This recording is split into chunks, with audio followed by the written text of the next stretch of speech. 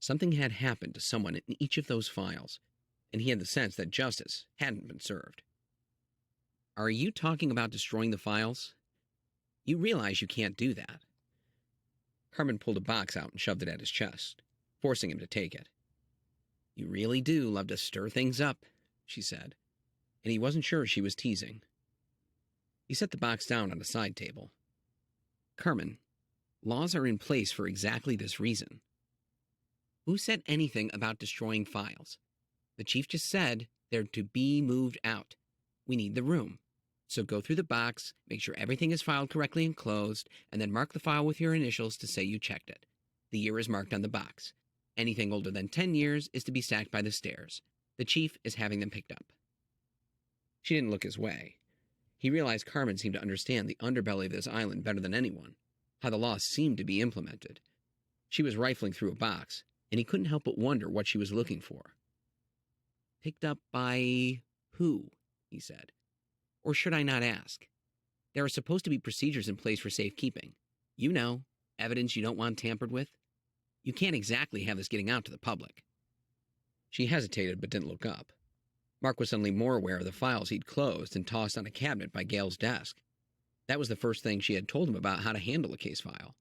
She had always put the files away, and he never considered for a moment where they went after that. Carmen didn't appear to be listening. You know, Mark said, it's not lost on me that you won't elaborate on this. So tell me, are the files being moved to storage someplace? Where? For an island this size, there are a lot of unsolved cases going back years. Carmen was now squatted down at the end of a row of shelves, and he could hear her rustling. Again, she didn't answer. Hey, what are you doing? He said.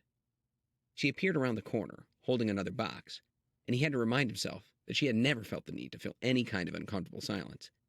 He thought she did it purposely. You really do talk too much sometimes, she said. Here's a thought. Sometimes you may not want answers to the questions you ask. Just have a look through this one, too. She dumped another box beside him. He took in the unlabeled front. Why did it seem Carmen knew something he didn't? He found himself looking over to her.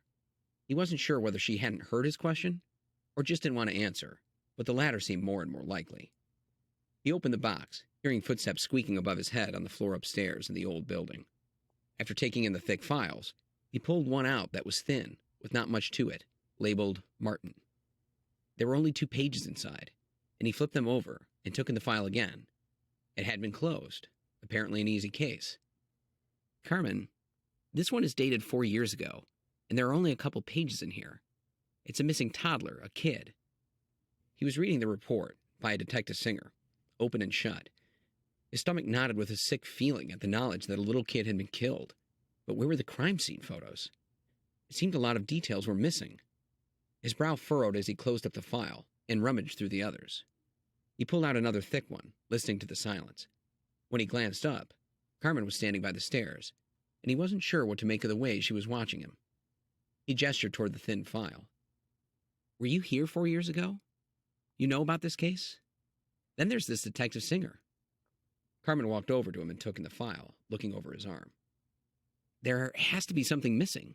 Another file, he said, lifting each one out. He didn't know why this bothered him. Sloppy filing, sloppy work. I doubt it, was all she said, flipping through the 2 sheets. When she closed the file, her expression was matter-of-fact again. Mark pulled out yet another file from the box, seeing a different case on each one. Paperwork wasn't really the detective's forte, Carmen said. He always seemed to keep everything up here. She tapped her head, and it took him a second to realize she was serious. Really? You're messing with me. That file has no crime scene photos. Where's the body? A confession? A few notes? He took the file from Carmen, who seemed more than happy to let him have it. One page was labeled Interview, and a note at the top said, Open and Shut. Come on, you have to give me something here.